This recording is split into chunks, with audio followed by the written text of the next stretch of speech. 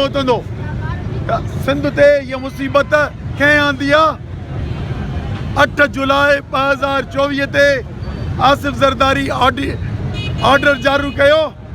उन लाइ पैसा मुहैया करण लाइ वफ़ाक़ी ऐं सूबाई हुकूमतुनि खे चयो ऐं उहे ज़मीनूं ॾियणु ॿिन्ही वज़ीर आलाउनि शुरू कयूं, सिंध जे ऐं पंजाब जे। ऐं उन ते कैनाल जेके ठहनि था,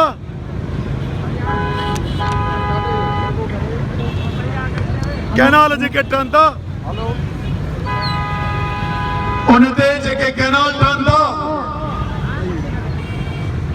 पहिरीं 25 लख ऐं 80 लख एकड़, उन जे नतीजे में यकीनन गैर मुल्की मुल्क जी सिविल मिलिट्री ब्यूरोक्रेसी ऐं कंपनी सरकार ख़्वाब ठाहियो वेठा आहिनि अरबे रुपया 5,500 अरब कमाईंदासूं सालाना, पर इहो कोन था ॾिसनि। इन जे नतीजे में सिंध जो 1.5 करोड़ माण्हू दरबदर थींदो। सिंध जी मजमूई तौर ते ज़राअत ख़तम थींदी, घटिजी वेंदी। पीअण जो पाणी मस मुहैया थींदो कराची, हैदराबाद या शहरनि खे। ही जेको असां वटि ज़मीन जो पाणी किन इलाइक़नि में मिठो आहे, लाइट बंदि करे छॾियो त मिठो आहे। इहो पाणी हेठि थी वेंदो ऐं थी सघे थो मयार विञाए वेही रहे। इन करे असांजे ईंदड़ नौजवान नसुलनि खे इन ज़राअत वारी सिंध, इहा ख़ुशहाल सिंध, उन जो हिकिड़ी बंजर सिंध जो तस्वुर नज़र अचे थो। इन खां बचण लाइ असां पोइ 8 महीननि खां वठी हिकु सिंध जे कुंड कुड़छम ते आयो आहियां। पंजाब वियो आहियां, इस्लामाबाद वियो आहियां, इंग्लैंड वियो आहियां। सभु सिंधी माण्हुनि खे, पाकिस्तान जे माण्हुनि खे, सियासी जमातुनि खे, मुखालिफ़नि खे, मर्कज़ परस्तनि खे, मज़हबी तंज़ीमुनि खे, सभिनी सां वञी ॻाल्हायो आहे। कोशिशि कयो अथऊं, उन इतिहाद ठहे पियो। कई जमायतूं असां सां इतिहाद में शामिल आहिनि। जमात इस्लामी आहे, वहदतुल मुस्लिमीन आहे, पाकिस्तान तहरीक इंसाफ आहे, फंक्शनल लीग आहे, नेशनल पीपल्स पार्टी आहे, कौमी अवामी तहरीक आहे। मुख़्तलिफ़ सियासी जमायतूं एहतजाज कनि पियूं, पंहिंजे मुंहुं जमीयत उलमा इस्लाम करे पई। ॿियूं खोड़ क़ौमी जमायतूं एहतजाज कनि पियूं।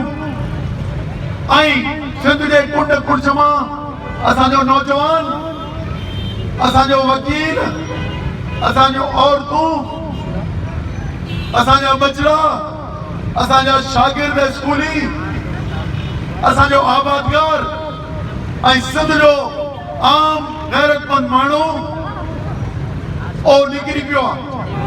ऐं उन्हनि वक़्तु बवक़्तु पोयनि 2 महीननि में न खुटंदड़ उहा एहतजाजी तहरीक हलाई आहे, जंहिंमें रोज़ सवें जाइनि ते एहतजाज थियनि था। हिननि सम्झो असीं हिनखे खुटाए छॾींदासूं, पर जॾहिं जीअण ऐं मरण जी हुजे, जॾहिं असां ईंदड़ नसुलनि खे दरबदर थींदो ॾिसूं, ज़िंदगी मौत जो सुवाल हुजे, त हर बाग़ैरत माण्हू, हर ख़ुददार माण्हू पंहिंजे इज़त सां, पंहिंजे इज़त लाइ, पंहिंजे ईंदड़ नसुलनि लाइ, पंहिंजे उन लाइ जिदोजहद करे थो ऐं उन लाइ निकिरी पियो आहे। जॾहिं इहा जिदोजहद सिंध में आम थी वई आहे ॻोठनि शहरनि मां, त ही पीपला जिन सिंधूअ खे विकिणियो, उन्हनि जे चङे मुड़ुस सदर लिखी ॾिनो त पोइ वरी हाणे गुमराह करणु निकिता, कोर्टुनि खे कब्ज़ो करे, सहाफ़त खे टेजारे